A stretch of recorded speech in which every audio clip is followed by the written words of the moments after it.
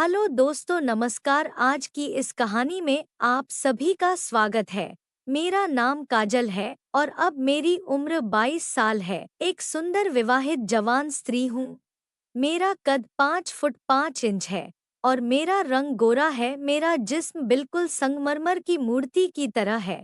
मेरी शादी हुई 2 साल हो गए हैं और मेरा एक बेटा है जो कि मेरी शादी के 1 साल 4 माह बाद हुआ था और अब 9 माह का है।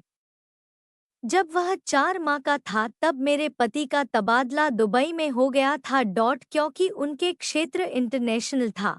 इसलिए वह परिवार को अपने साथ नहीं ले जा सकते थे। उन्हें हर 12 माह के बाद 1 माह के लिए भारत आने की इजाज़त थी। विदेश जाना उनकी मजबूरी थी, इसलिए मुझे और मेरे माँ के बेटे को अकेला छोड़ गए थे। हम अकेले ना रहे, इसलिए मेरे पति ने मेरे ससुर यानी कि अपने पिताजी को हमारे साथ रहने के लिए शहर बुला लिया था। मेरे ससुर जब हमारे साथ रहने के लिए आए तब उनकी उम्र 46 साल की थी। वह हमसे अलग गांव में रहते थे। मेरी सास की मृत्यु 1.5 साल पहले हो गई थी और पिछले 1 साल से ज्यादा वहीं पर गांव में अकेले ही रहते थे। पापा जी आर्मी में मेजर रह चुके थे और रिटायर्ड होने के बावजूद वह बहुत फुर्तीले आर्मी के तौर तरीके और तहजीब वह अभी तक नहीं भूले थे। गांव में रहते और खेती बाड़ी करते तथा गांव की शुद्ध वातावरण के कारण उनका शरीर बहुत ही गठीला था और इस आयु में भी वह एकदम 30 साल के जवान लगते थे। पहले जब भी वह सासू माँ के साथ हमारे घर आकर रहते थे तो मेरे पड़ोसन मुझे उन्हें मेरे पति के बड़े भाई ही समझती थी। पति के जाने के बाद पिछले 7 माह से वह हमारे साथ ही रह रहे थे। पढ़े लिखे होने के कारण उनका उठना बैठना और पहनावा भी शहर वासियों जैसा है। इसीलिए मेरे साथ घर में मैं बहुत जल्दी एडजस्ट हो गए थे। घर के काम और बच्चों की देखभाल में मेरा हाथ बटा देते थे। मुझे और मेरे पति को से करना बहुत पसंद है और शादी के बाद कई दिन तक हम ऐसा नहीं कर पाए कि हम अब मेरे पति को दुबई गए हुए लगभग 7 माह हो चुके थे और इन 7 माह में पहले 2 माह तक मुझे एक बार भी क्रिकेट खेलने को नहीं मिला। इसलिए मैं इतनी बेचैन रहती थी और सारा दिन तड़पती रहती थी। पर कोई भरोसे का नजर नहीं आता था, लेकिन 5 महीने मुझे अचानक ही एक ऐसा अवसर मिला जिससे मुझे मेरी जिंदगी में बहुत बड़ी खुशी मिली और वह भी मेरी अभी तक जारी है। यह उस दिन की बात है जब मैं घर की सफाई का काम करती हुई पापा जी के कमरे में गई तो मैंने पाया कि वे कमरे में नहीं थे। मुझे समझ में नहीं आया कि वह कहाँ गए होंगे, इसलिए मैं इधर-उधर देखने लगी और तभी मुझे उनके बाथरूम की लाइट जलती हुई नजर आई। मैंने देखा कि बाथरूम का दरवाजा थोड़ा सा खुला हुआ है और अंदर से कुछ अजीब सी आवाज आ रही है। मैं सुनकर घबरा गई और सोचा कि शायद पापा जी की तबीयत ठीक नहीं है या वह किसी तकलीफ में है। घबराहट से जल्दी से बाथरूम का दरवाजा खोलकर अंदर झांकने लगी। अंदर का नजारा देखकर मेरे होश उड़ गए। पापा जी अपने महाराज की बड़ी तसल्ली से मालिश कर रहे थे। इससे पहले मैं अपने आप को संभालती तभी मैंने देखा कि पापा जी जोर-जोर से सिसकियां ले रहे थे। यह सब देखकर मेरी नज़र में जोर से एक लंबी सांस निकली, जिसे सुनकर पापा जी ने पलट कर देखा और मुझे देखते ही गुस्से से बोले, तुम यहाँ पर क्या कर रही है? उनके गुस्से से भरी आवाज सुनकर मैं डर गई और बिना आवाज दिए वहां से भाग गई। इस घटना के 2 घंटे बाद में तो उनके सामने भी नहीं गई लेकिन दोपहर का खाना बनाने के समय बेटा तंग कर रहा था तो मुझे मजबूर होकर उसे उनको देने के लिए जाना पड़ा। तब बिल्कुल भी पापा सामान्य तरीके से पेश आए, इससे मेरी जान में जान आई और मैं भी उनके सामने आने जाने लगी तथा सामान्य तरीके से व्यवहार करने लगी। लेकिन उसे घटना के बाद अगले दिन भी उस नज़ारे के बारे में सोचती रही अगले दिन रात को सोने के समय मेरा बेटा बहुत रोने लगा।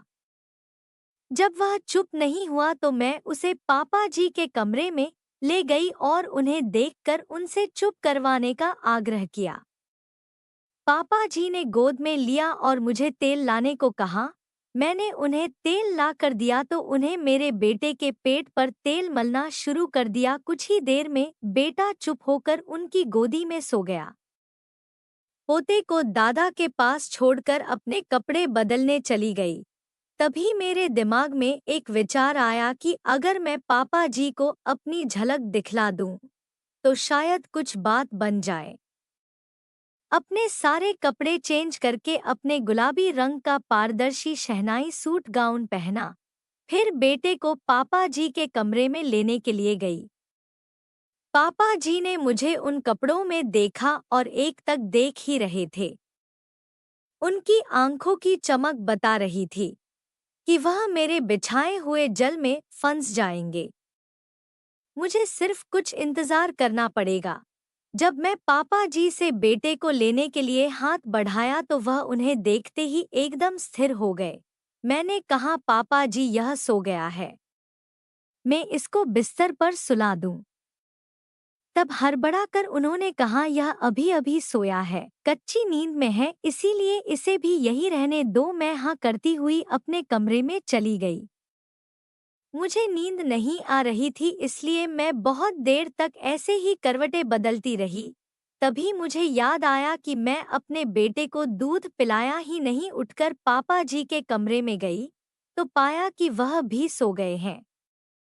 तब मेरे मन में आया कि मैं भी इसी कमरे में सो जाती हूँ, क्योंकि बेटा भी इसी कमरे में सोया हुआ है, और मैं उनके साथ वाले बेड पर लेट गई।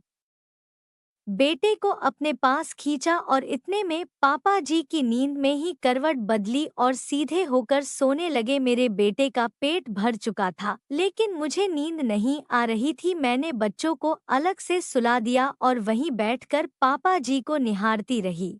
मैंने महसूस किया कि मैं क्रिकेट खेलकर जिंदगी का मजा चाहती हूँ, अपना अकेलापन दूर करना चाहती हूँ, अपनी भूख मिटाना चाहती हूँ। इसके लिए अब मुझे मेरे पति की गैर हाजिरी में भरोसे का और पूरा संतुष्ट करने वाला पुरुष मिल चुका है।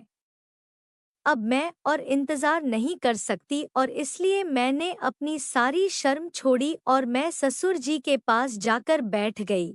तो थोड़ी देर बाद पापा हिलने लगे। मुझे लगा कि उनका हाथ मेरे सर पर आ गया है और ससुर जी जाग गए हैं। उसकी इस हरकत से मैं थोड़ा घबराई। मेरी हालत पतली हो गई थी, मेरी सांस उखड़ रही थी। फिर मैं हिम्मत नहीं छोड़े करीब 1 घंटे के बाद पापा जी का हाथ मेरे सर से हटा नीचे आ गया। उनकी इस हरकत से मैं बहुत ज्यादा प्रसन्न हुई। मुझे अभी मजा आना शुरू ही हुआ था कि पापा जी उठकर बैठ गए और उनकी नींद खुल गई थी। उन्होंने मुझे झटका के साथ अलग कर दिया। फिर उन्होंने उठकर एक लाइट जलाई और वह एकटक होकर मुझे देखने लगे।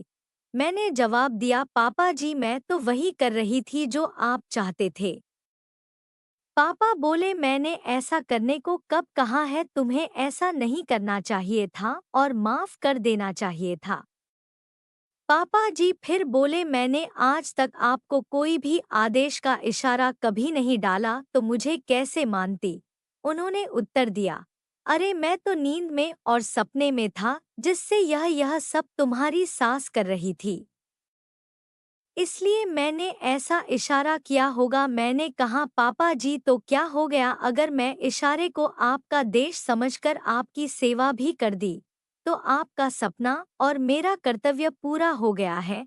अरे तू बात क्यों नहीं समझ रही है, मैं नादान बनती हुई बोली। इससे पहले कि वह कुछ कहे और बात ज्यादा बिगड़े में उठकर खड़ी हो गई। उन्हें आगे कुछ बोलने का कोई मौका दिए बिना मैं उनके पैरों को पकड़कर नीचे बैठ गई। पापा जी कुछ नहीं बोले और चुपचाप खड़े रहे। मैं समझ गई कि अब लोहा गर्म है और चोट करने का समय आ गया है। बस दोस्तों, मेरा ससुर अब निकल चुका था। उसके बाद बिना कुछ सोचे समझे मेरे ससुर मेरे साथ मस्त वाला क्रिकेट का खेल खेलने लगा। मेरे ससुर ने मेरे साथ लगभग 2 से 3 घंटे तक मस्त वाला क्रिकेट का खेल खेला।